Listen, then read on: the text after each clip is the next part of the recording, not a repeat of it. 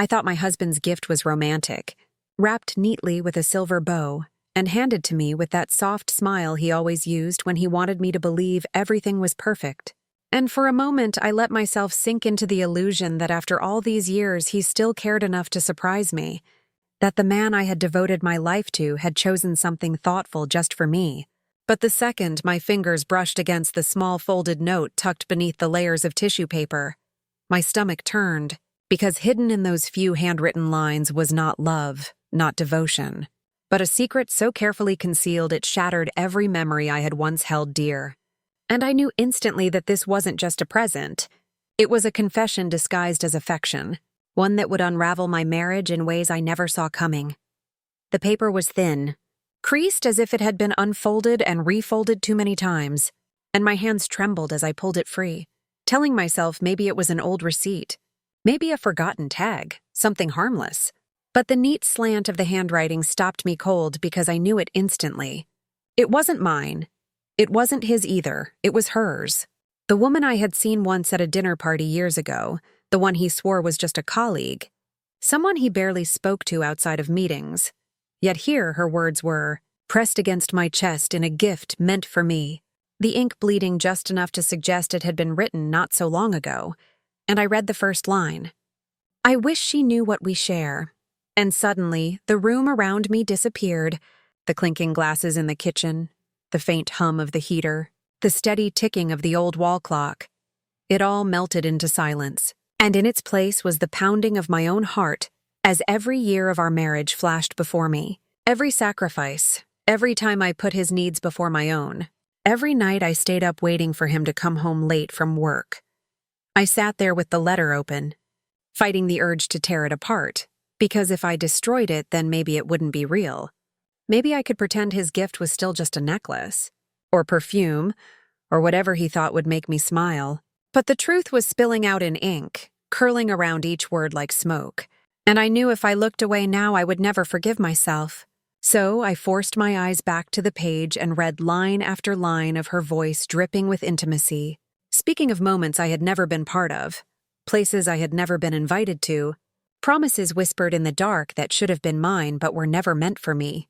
By the time I reached the end, my breath was shallow, the room spinning slightly, because the final words weren't just about love. They were about plans, dates circled on a calendar, a trip booked in both their names, and the cruelest part was the detail that made it impossible to dismiss. The hotel confirmation number, written neatly at the bottom, a detail too sharp, too real to deny, the kind of proof that no amount of excuses could erase. And I sat there with the gift box in my lap, my husband just steps away pouring wine as though nothing had changed. And I realized in that moment everything had. I could hear the clink of the wine glasses as he set them down on the counter, his voice humming a soft tune like he always did when he thought he was the perfect husband. And I sat frozen with that letter burning in my hands, my mind darting back to the years we had built together, the house we saved for, the late nights I held him when he claimed work was tearing him apart, the countless dinners I prepared when he trudged home tired, the way I silenced my own ambitions so his could flourish, because that's what I was taught love meant. Sacrifice without keeping score. But staring at those words from her, the stolen intimacy of sentences that did not belong to me, I felt like every moment had been a transaction I never agreed to. And suddenly his smile, his gifts, his gestures over the years blurred into a performance, carefully staged so I would never look too closely at the script running beneath it all.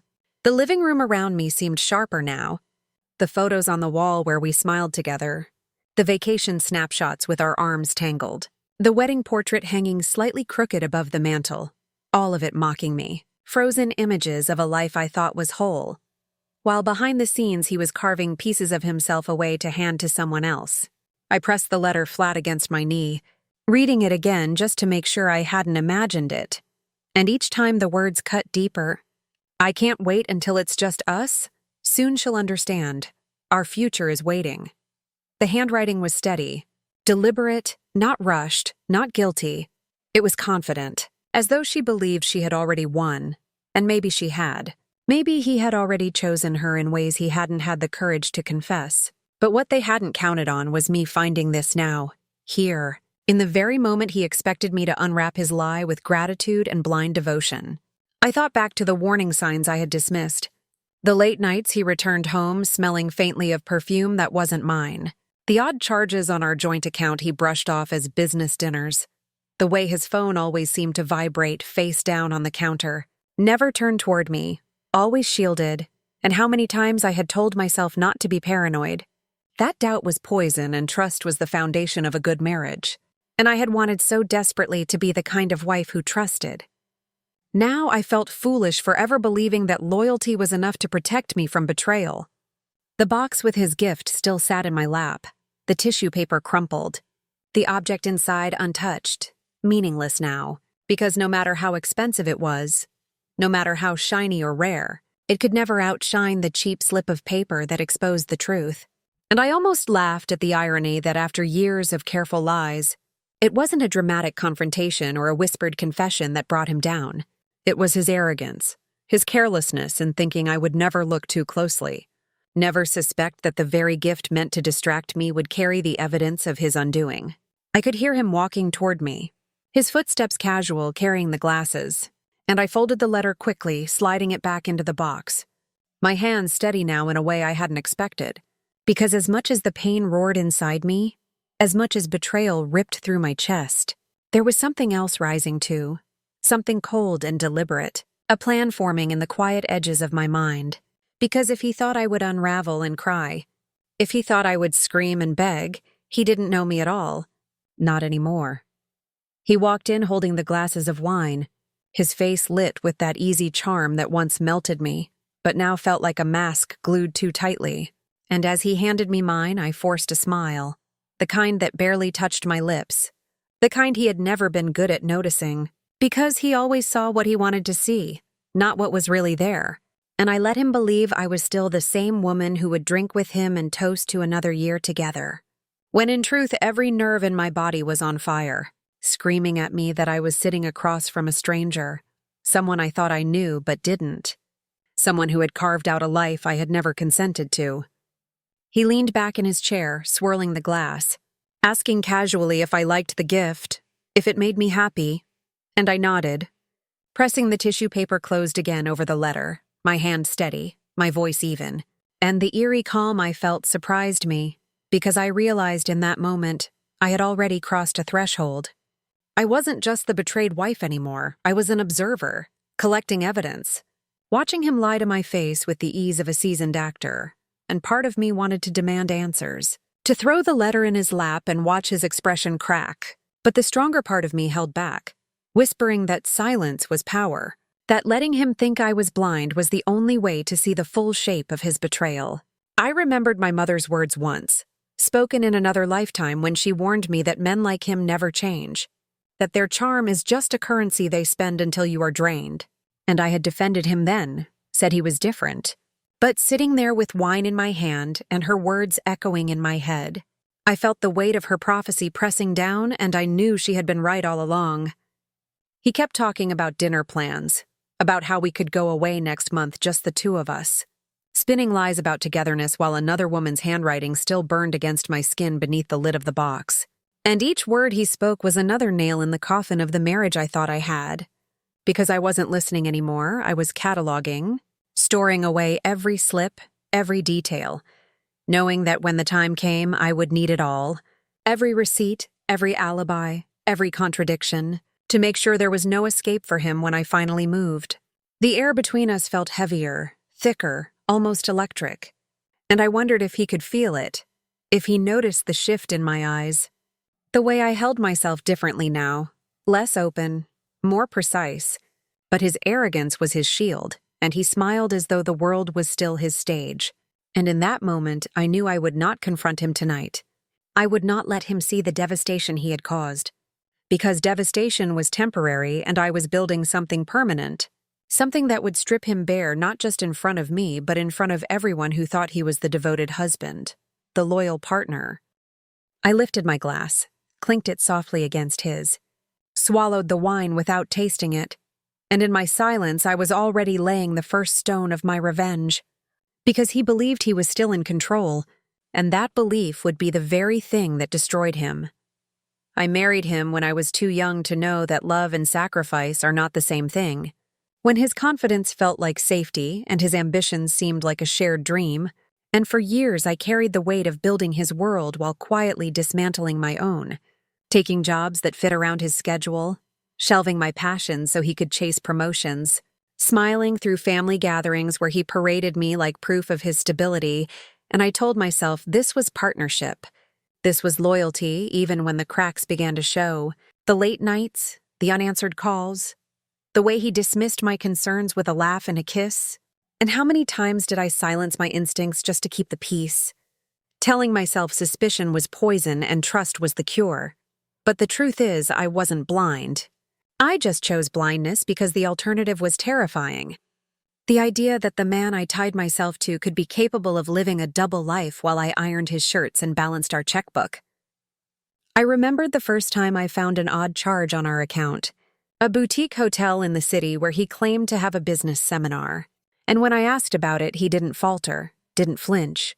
He wrapped his arms around me and spun a story so smooth I felt ashamed for even asking, and that shame sat heavy on me for weeks, teaching me not to question again, not to dig too deep, because every time I did, he made me feel like the ungrateful one, the paranoid wife who didn't appreciate all he was doing for us.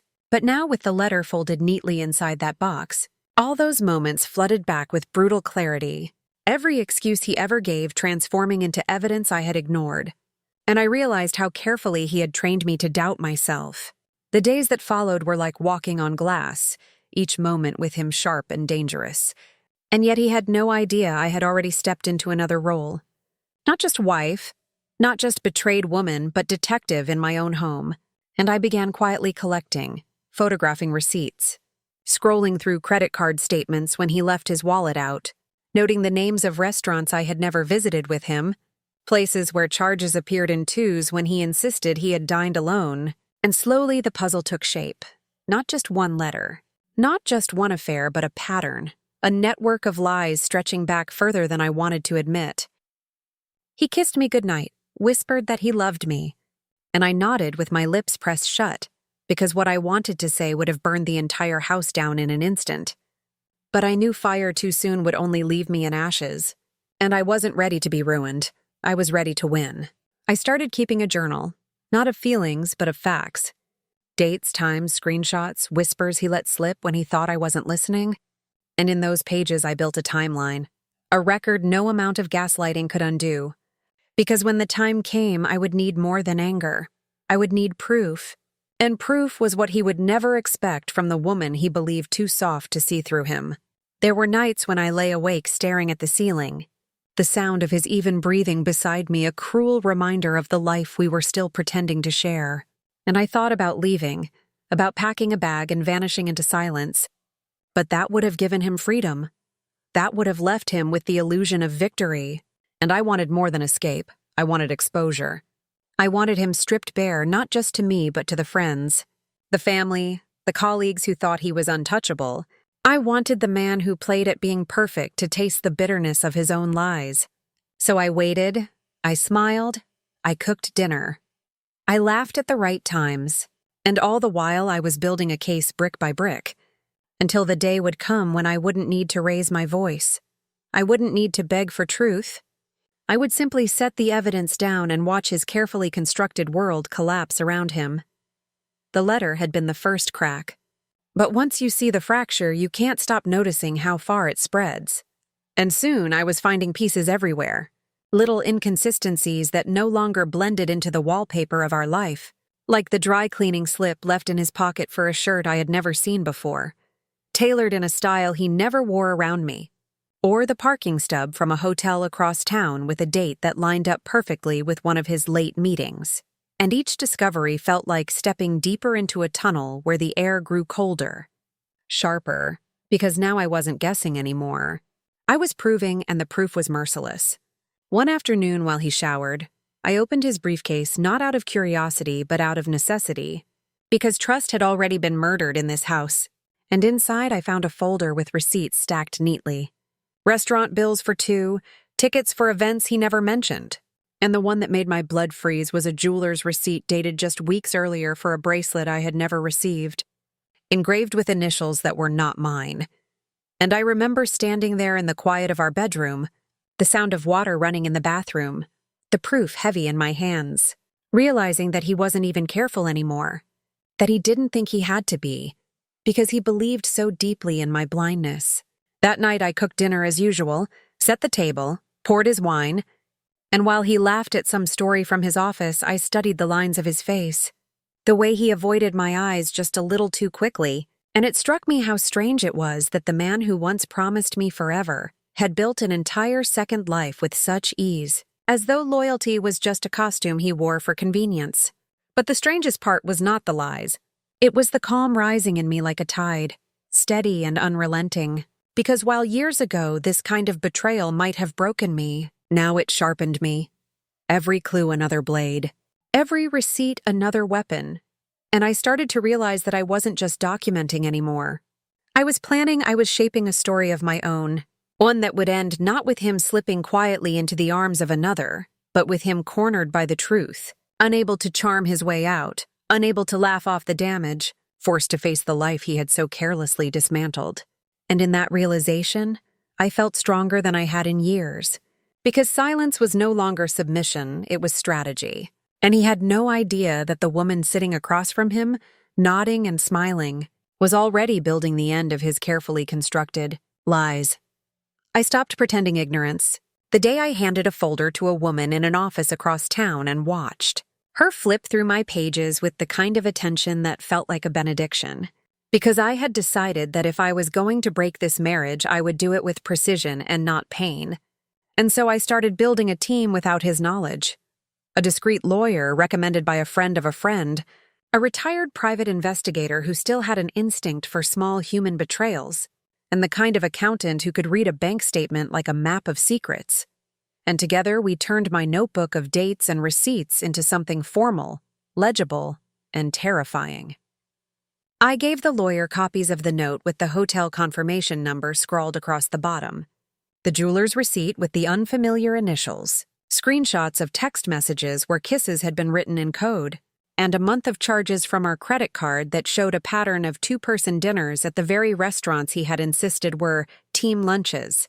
And the lawyer's face never flickered with shock or judgment, only a quiet, methodical nod that made me feel less like a hysterical wife and more like the author of a case. And when I asked if any of it could be used in court, she said, plainly, yes, if we documented the pattern and gathered witnesses, meaning this was not just heartache anymore. It was a provable breach with consequences he had not calculated into his budget of lies. The investigator was the one who opened the map wider. He ran license plates from the parking stubs, matched hotel confirmation codes with reservation databases, asked polite questions at a jeweler who remembered inscribing those initials, and within 2 weeks he returned with a small folder of his own. Photographs of my husband leaving a boutique hotel at dawn carrying a plain black duffel, a waitress's statement about a Mr. H, and a woman in a gray coat who paid cash, and, most damning to my practical mind, a note from a receptionist who confirmed the reservation under an initial and a date that lined up with a conference he swore had been out of town for work. I sat in my kitchen staring at the photos as if they were X-rays of his life, the images exposing the bones beneath his polished skin. And though the pain ricocheted through me, I felt steadier than I had in years, because knowing is a kind of armor and proof is a weapon. I did not confront him with the investigator's photos. Confrontation is messy and public, and I wanted something surgical. But I began to change the way I moved through our home. I learned to tuck receipts into envelopes, label them by date, leave nothing to chance. And every time he asked me a mundane question, I answered with a small, contained civility that made him both complacent and curious, because his arrogance was still his greatest weakness. He started to notice little things, a quiet, professional email he found open on my laptop about financial review, a sudden appointment with a woman from a law firm that required him to ask what was wrong, and when he asked, I told him, with a smile that did not reach my eyes, that I was checking on some odd entries in our accounts, that I wanted to be sure everything was in order for taxes, and he nodded, relief softening his face because he assumed paperwork was the box of boredom he could tolerate, not the trap being set. but even his seasoned composure began to show hairline fractures. He answered his phone a fraction too quickly, stepped into another room to take work calls, and once, in a moment I had not expected, left his laptop open and walked away, only for me to see a name in the recent calls log that made my stomach lurch. Her name. The same one from the first letter, and I felt a small, feral satisfaction because my quiet war was producing results. The predator was starting to sense wind. I arranged for small, controlled exposures to test him. An anonymous email to a mutual friend hinting at troubling reports. A carefully worded question asked within earshot during a dinner party about fidelity and boundaries. And each time I watched his face tighten in ways he hadn't practiced for the public, micro-expressions of worry that settled like a film across the charm he wore like cologne. The lawyer advised restraint. The investigator advised timing. The accountant advised documentation. And I listened to each because I trusted the plan more than the rush of immediate retribution. And while I practiced patience, I also sharpened contingency plans. Copies of deeds sent to a safety deposit box. A separate bank account quietly opened in my name. An emergency bag with originals and passports ready should I need to run. Because I knew revenge is more sustainable when you are protected from the fallout you yourself will provoke. The first real sign that the net was closing came on a gray Tuesday when he returned from work 20 minutes earlier than usual, pockets empty, shirt slightly rumpled. And in the living room, he stumbled over a text he did not expect me to have read. A message from the woman that said simply, "We need to be careful." "He's acting strange." He tried to laugh it off as a wrong number, but the investigator had already prepared a polite, anonymous inquiry to one of his colleagues about out-of-town obligations, and the colleague, unaware of the gravity, mentioned a canceled meeting and a last-minute personal day, and that small confirmation set off a sequence I had orchestrated. The lawyer filed a demand for a financial accounting of certain expenses tied to his business expense account. The investigator quietly alerted a friend of the woman who had first written the note, and social whispers began to accumulate like stray leaves piling against a wall. My husband's smiling mask began to slip in private. He looked at me sometimes as if trying to find the exact place where I had changed. And when he asked me one night, with too much casualness, if I was overreacting, I answered in a voice that was intentionally soft, "No, I'm gathering facts." And I saw something like panic ripple through him, a small animal recognizing a trap. From that day, he grew less careless and more paranoid, double-checking his accounts, pretending transparency by leaving his phone in plain view. But those moves were performative, and I had already collected the true ledger of his life. Dates, times, receipts, witnesses, photos. And when the lawyer said the day was near, that we had enough to make a public case that would humiliate him and unravel his alliances, I felt no triumph in imagining his fall, only the cool, inevitable satisfaction of someone who had turned betrayal into evidence and evidence into power. Because the point was never to destroy lightly, but to reclaim what had been stolen with a clarity and dignity that left no room for his usual excuses. He started circling me like a man who sensed the ground shifting but couldn't find where it cracked, his smiles a little tighter, his patience thinner, and the charm he had worn like armor began to look more like a costume that no longer fit. Because when he asked why I had been making so many appointments lately, I told him calmly that I was reviewing our finances, and his face flickered in a way I had never seen before, the twitch of someone caught off guard, and that was when I knew he was starting to feel it, the invisible net tightening around him. I watched him check his phone under the table, his thumb moving too quickly, too urgently, and when I asked sweetly if work was keeping him busy, he snapped, just for a second, said I was always questioning, always suspicious, before he forced a laugh to soften it. But that one fracture was enough. It told me I was breaking his script. The investigator sent me more photographs, this time of him with her in the broad daylight. Not in hotels, but walking out of a cafe near his office, her hand brushing his arm, his face tilted down toward her in the exact same expression he used on me when he wanted to appear gentle. And I stared at that photo longer than I wanted to. Not because it hurt, but because it confirmed how rehearsed he had become, how everything he did was an act recycled from one audience to the next. I kept my silence. But silence was no longer heavy, it was sharp, and he began to fill the void with too many explanations I had never asked for. Sudden stories about long meetings, excuses about last-minute projects, and each one was a thread I tucked into my growing file, because men who lie too much don't realize how easy it is to let them talk themselves into knots. The lawyer reminded me that timing was everything, that the best strike was not an angry outburst, but a document served with precision. And so I waited, and while I waited, I let him believe that maybe he still had control. And in that belief, he grew sloppy again. So sloppy that one night he left his email open, and I saw a message not from her but from another woman entirely.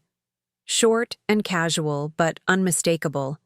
Thanking him for a weekend and promising next time would be even better. And that was when I understood the scale was bigger than I thought. That the betrayal wasn't one affair, wasn't one secret life. It was a pattern woven through years, and the devastation that should have crushed me instead crystallized into resolve. Because if it was bigger, then my strike would be bigger too. Not a single accusation, but an unmasking of his entire life, the kind no one could ignore or smooth over. And as he poured me wine that evening and asked in that same rehearsed tone if everything was all right between us, I looked into his eyes and lied for the first time with absolute calm. I said yes, and in that single word was the weight of every plan I had already set in motion. Because when the day came, he wouldn't just lose me. He would lose the illusion of himself he had been selling to everyone else.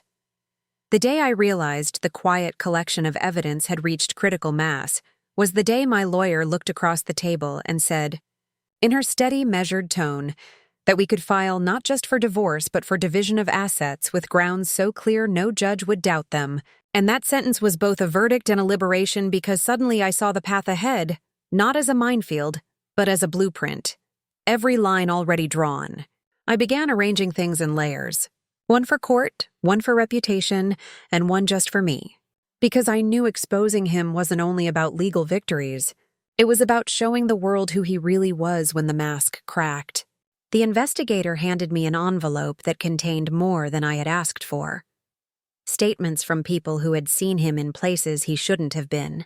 One waitress recalling how he tipped generously but never took off his wedding ring. A hotel clerk who remembered his fake name because he used it too often. Even a neighbor who mentioned seeing a strange car in our driveway on afternoons when I was out of town. Each detail was small, but together they formed a chorus so loud it couldn't be silenced.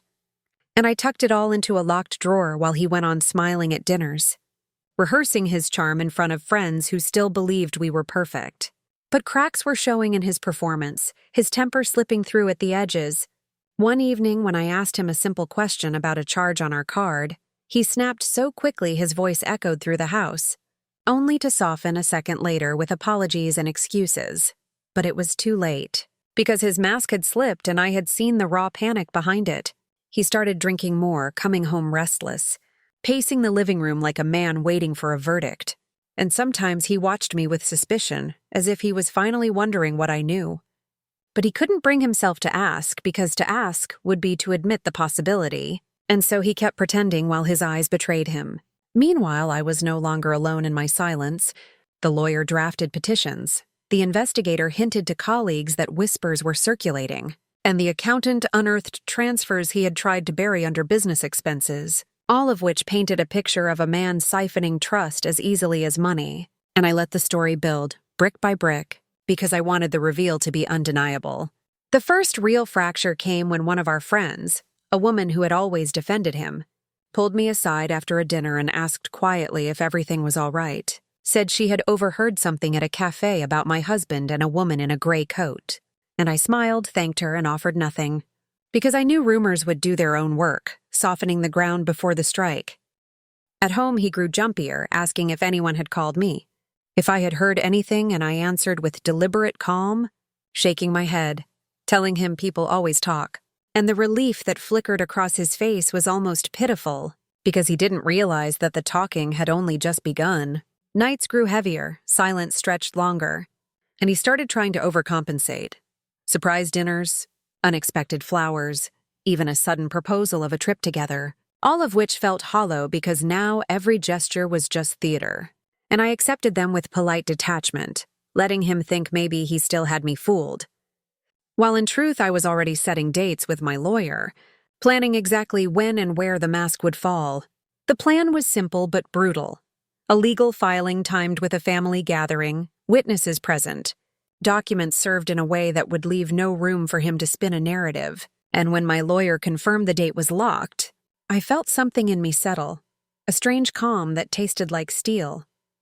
I began rehearsing my own silence, the way I would stand, the way I would place the folder on the table. Because sometimes revenge is not a shout. It's a stillness so complete it crushes the noise of excuses. And as I watched him that final week, pacing like a trapped animal, drinking too much, snapping at shadows, I knew he felt it too, even if he didn't know when it would come. And that unknowing was part of the punishment, the waiting, the dread, because the man who once thought he controlled every scene of our marriage was about to learn what it felt like to lose the script. Entirely. The day of the gathering arrived, dressed in the kind of false cheer that only makes the truth cut sharper, the dining room crowded with family and friends, laughter rising above the clink of glasses, the smell of roast and spice filling the air, and he played the role he had perfected for years, leaning close to relatives with his polished anecdotes, his arm around me in rehearsed gestures of affection. But what he didn't know was that the man he was performing for was already gone. The stage lights had shifted and the script was no longer his. I had rehearsed this moment in my mind 100 times, and when the hour came, I didn't raise my voice or make a scene. I simply stood, my chair sliding back against the polished wood, and placed the folder on the table in front of me, the sound sharp enough to cut through chatter until the room fell into an uneasy hush. He looked at me then, confusion flickering, arrogance scrambling to hold its place, and I opened the folder slowly, deliberately, letting the photographs slide into view. Him outside the hotel at dawn with the duffel bag. Him seated at the cafe with the woman in the gray coat. The jeweler's receipt with the engraved initials. The printed hotel confirmation with his name and hers. And as each page fell open, the color drained from his face like paint washing off in the rain. No one spoke at first. The silence a weight pressing against the walls, until finally one of his own cousins muttered, "My God!" And suddenly the air was thick with whispers, the room itself shifting away from him. He tried at first to laugh, a weak chuckle that broke halfway, saying these were misunderstandings, tricks, that anyone could stage a photograph. But then my lawyer, seated quietly near the end of the table as a family friend, spoke up in her measured professional voice, explaining that these were not allegations, but documented patterns tied to financial records. And the authority in her words cut through his denial like glass through paper. He turned on me then, his eyes blazing with the fury of a man cornered, calling me paranoid, manipulative, even crazy, his voice rising high enough to make the children shrink back in their chairs. But the harder he fought, the clearer it became to everyone watching that the mask had not just cracked but shattered, and no one reached to defend him. No one smoothed over his tantrum the way they might have in years past. I didn't shout back. I didn't need to. I simply pushed one final piece of paper across the table, the statement from the jeweler confirming the engraving request, signed and dated. And when he saw it, his words faltered, his chest heaved, and he slammed his hand against the table so hard the glasses rattled. But rage without a script is just noise, and the room no longer belonged to him. Family members shifted in their seats, eyes narrowing, some standing to leave, others whispering harshly to one another. And in that chorus, I saw his kingdom collapse, not with flames, but with silence and shame. He stormed out eventually, slamming the door so hard the frame shook. And the sound of his car engine tearing down the street was the last note of his performance. But even as he fled, he must have known there was no stage left to return to. I remained at the table, steady, collected, answering a few hushed questions with the same calm I had practiced. And then I gathered the folder, thanked everyone for coming, and left them to process the truth, because the point had never been to humiliate for sport, it was to reveal the reality, to strip him of the borrowed light he had used to blind everyone for so long. That night when I returned home, the house was eerily quiet, his things scattered, a glass still on the counter where he had poured himself whiskey before the storm, and I stood in the silence knowing this was the beginning of the endgame, that he might try to salvage, to spin, to manipulate, but the tide had already turned against him, and there was nothing left he could rebuild on the ruins I had left. When the folder lay open on the table and the photographs stared back at him, there was a moment where time itself seemed to hesitate, as if the air was deciding whether to hold its breath or explode. And in that hesitation, I saw my husband's face twist from confusion to disbelief, from disbelief to anger, and finally into the raw panic of a man who realized the stage lights had turned against him. He grabbed the papers with shaking hands, waving them at the room, insisting these were fabrications, conspiracies, the desperate tricks of a bitter wife, but no one believed him, not with the receipts bearing his signature, not with the timestamps that aligned too perfectly with his supposed business trips, and especially not with the hotel clerk's sworn statement that identified him by name. He tried to single me out, his voice rising, calling me vindictive, paranoid, ungrateful, and his words bounced off me like pebbles against stone, because I didn't need to answer. The evidence had already spoken louder than any defense he could invent. His mother lowered her eyes, ashamed. His brother muttered something under his breath about always knew. And even the cousins who had once idolized him leaned back in their chairs, silent, unwilling to come to his rescue. The lawyer's presence only deepened his humiliation. She didn't argue, didn't provoke. She simply confirmed that every document was verifiable, every charge traceable, and that what lay before them was not speculation, but a case ready to stand in court. He slammed his fist down once, hard, making the glasses rattle and a child gasp. And then he shouted that none of it mattered, that marriage was private, that families shouldn't meddle, but the louder he grew, the smaller he appeared, his rage shrinking him into a caricature of the man he once pretended to be. I stood still, my hands folded calmly in front of me, and the silence I kept was more damning than any accusation. It forced him to fill the room with noise, and in that noise he unraveled. Finally, he pushed away from the table, knocking over his chair, his face pale beneath the flush of fury, and stormed toward the door, but not before throwing one last desperate look back at me, a look that begged me to falter, to doubt, to soften. I did not. The door slammed, the walls shuddered, and in the stillness that followed, I knew the first half of my work was done. His image was broken, his audience dispersed, and the perfect mask he had worn for years had crumbled in the only way that mattered, in front of the people he most needed to believe his lie. After that night, he tried to rebuild, himself with the frantic desperation of a man patching holes in a sinking ship, spinning new versions of the truth to anyone who would listen. But the problem with lies is that once the mask is shattered, people remember every flicker of doubt they once ignored. And suddenly, colleagues who used to praise him recalled the odd absences. Family members replayed moments that now looked like clues. And friends who once defended him fell silent, rather than attach their names to his disgrace. He called me in the days that followed, not to apologize, but to negotiate. To insist that if I kept things quiet, we could handle it privately, that airing this in public would only make me look bitter. But his voice carried the edge of fear, and I let him speak, recording every word with the same calm precision I had carried from the start. Because every sentence was more proof of manipulation. Another thread in the net I was tightening. The lawyer filed for divorce with evidence attached so thorough that his own attorney, when he finally scrambled to hire one, advised him to settle rather than fight. And the settlement terms were brutal because they were backed by receipts, division of assets, compensation for the siphoned funds, acknowledgement of debts he had hidden under business accounts. And though he blustered and threatened, the law does not bend for charm. The investigator's photographs circulated in quiet whispers beyond family, surfacing at his workplace where the board began to question his judgment, his hours, his use of company accounts, and within a month he was asked to take leave. A polite phrase that was nothing short of exile. He tried to paint me as vindictive, telling mutual acquaintances that I had overreacted, that marriages survive worse. But every time he spoke, another person quietly mentioned the documents, the statements, the undeniable proof, and slowly he found himself cornered by silence. No one rushing to his defense. No one eager to be the next fool convinced by his act. In the house he once commanded with his voice and presence, he was now a ghost. His things scattered, his keys no longer fitting the locks I had changed. And when he came pounding on the door one evening, demanding to be heard, I didn't scream, didn't plead. I simply told him through the wood that the court date was set and the evidence was already filed. And the sound of his fist thudding against the frame before he stumbled away was the sound of a man realizing he had lost the stage entirely.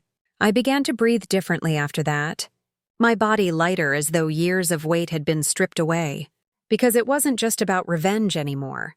It was about reclamation of my voice, my safety, my dignity. Friends who once pitied me began to look at me with something else in their eyes. A kind of respect that comes from watching someone endure betrayal without collapsing. And I found myself sitting at the kitchen table in the evenings, sipping tea in the quiet, the air clean without the thick residue of his lies. He tried one last tactic, sending flowers with notes scribbled in apologies. But the same handwriting that once might have disarmed me now looked pathetic, and I let the flowers wilt unopened on the porch until the delivery stopped.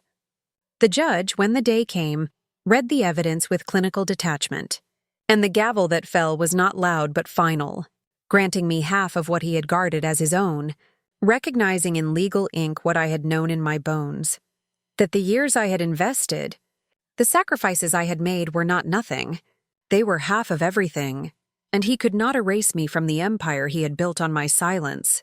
Watching his face in that courtroom, pale and slack, reminded me of the moment I found the letter in the gift box, the instant his secret life had collapsed in my hands, and I realized this was the full circle, the end of a play he had written without my consent. He left the courtroom without looking back, shoulders hunched, surrounded by a silence more devastating than any words, because reputation was the currency he had lived on, and now it was gone, stripped bare for everyone to see. In the weeks after the court ruling, his decline gathered speed like a stone rolling downhill. His calls became more erratic, sometimes pleading, sometimes furious, sometimes slurred with drink, and I answered none of them. Each voicemail stacking up into a record of desperation I kept not out of pity, but as proof of the spiral he had created for himself. His company, once the fortress of his pride, cut ties with him publicly after an internal review revealed expense accounts that lined up too perfectly with the same receipts I had already placed before the judge. And what had been whispered in boardrooms became official. His credibility was gone, his career effectively ended.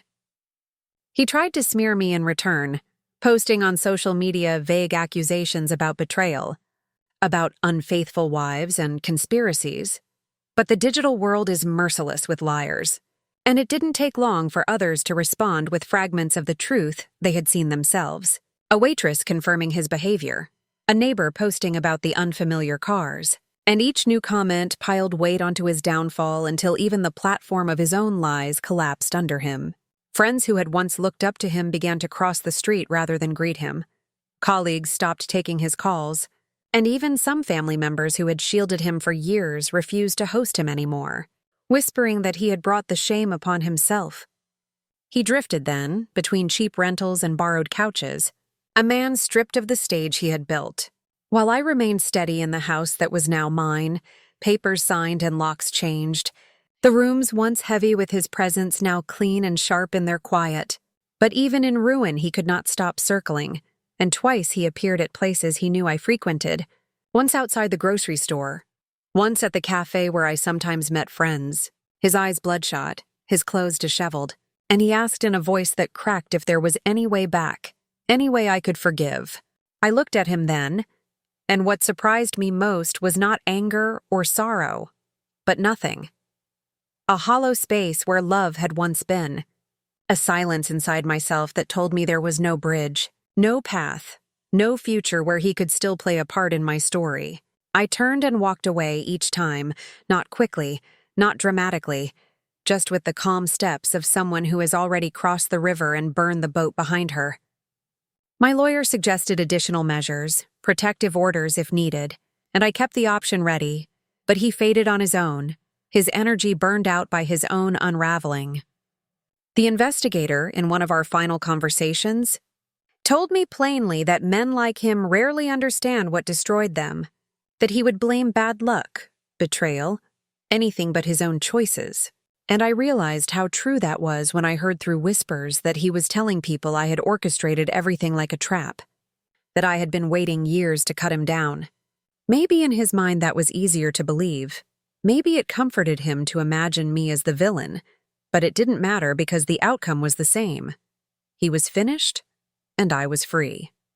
And yet freedom wasn't just the absence of him. It was the presence of myself again, the quiet mornings where the coffee tasted stronger, the evenings where the silence didn't suffocate but soothed. And though the story wasn't over yet, I could feel the final act building. The part where I would no longer be defined by his betrayal, but by what I built after it. The months that followed were a study in rebuilding. Not of walls or furniture, but of identity, because for so long I had been the silent keeper of his secrets, the stagehand in a play where he took every spotlight. And now with the stage collapsed, I had to decide who I was when no one else was writing my lines. At first it was strange, waking up without the familiar rhythm of his footsteps, making coffee in a kitchen where his jacket no longer hung across the chair, the quiet almost too sharp. But slowly, it became a quiet I cherished, a sound that belonged to me alone. I began to take long walks in the mornings, breathing in the air like it was something I had been deprived of. And with each step, I felt myself growing back into a body that had been hunched for too long under the weight of his lies. Friends reached out more now, not with pity, but with invitations, dinners, book clubs, weekend markets, and I accepted them, realizing that community had been waiting for me all along, just hidden behind the shadow he cast. My lawyer finalized the financial divisions, and the settlement closed with a precision that left him staggering.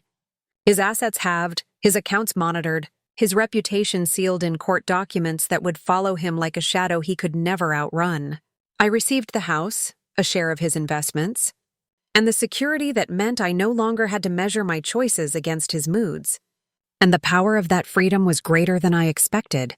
Because it wasn't just money, it was proof that I had never been nothing, that my years of sacrifice carried weight in ink and law. He tried once more through his attorney to claw back concessions, to argue about technicalities, but the evidence was too heavy, the judgment too clear, and his effort died in silence. Another failed attempt at rewriting a story that no longer belonged to him. I didn't celebrate with champagne or parties. I celebrated by planting flowers in the garden, painting the walls in colors I had always wanted, but he dismissed as frivolous, small acts of ownership that felt like banners of survival. Still, there were nights when I woke with the echo of his voice in my head, the memory of the letter that had started it all, and for a moment I would feel the old anger press against my chest. But then I would remind myself that anger is not a home. It is a bridge, and I had already crossed it. I was not naive enough to think scars vanish. Betrayal leaves them etched deep. But I was wise enough now to know scars are proof of healing, not of weakness. People whispered sometimes, asking if I would ever date again, if I would ever open myself to someone new, and I smiled without answering because the truth was I wasn't rushing. I wasn't desperate to prove I could still be chosen. For the first time in decades, I was choosing myself. And yet I knew the story wasn't finished, that there was one last chapter left to write, not about him but about me, about what it means to walk away not broken but whole. And that chapter was waiting just beyond the horizon, where his shadow could no longer reach. Freedom did not arrive all at once. It seeped in slowly through the smallest of things, through the quiet mornings when I opened the curtains and the house filled with sunlight that no longer felt filtered through his moods, through the evenings when I set the table only for myself and realized that solitude was not emptiness, but peace, through the laughter of friends who now saw me not as the woman in his shadow, but as someone whole on her own. I began to travel short distances, weekend trips to places I had always postponed because he dismissed them as unimportant. Wandering markets filled with colors and scents, sitting alone in cafes with a book, taking in the simple pleasure of moving through the world without apology. And each time I felt more like myself than I had in years.